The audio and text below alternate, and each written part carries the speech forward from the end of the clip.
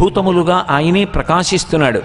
శంకరులు దక్షిణామూర్తి స్తోత్రం చేస్తూ భూరంభంశనలో నిలోంబర మహార్నాథో హిమాంసు పుమాన్ ఇచ్చాభాతి చరాచరాత్మకమిదం యస్యైవ మూర్త్యష్టకం నాణ్యక్కించన విద్యతే విమృశతాం యస్మాత్ పరస్మాద్ విభో తస్మై శ్రీగురుమూర్తయే నమయిదం శ్రీదక్షిణామూర్తయే అంటారు.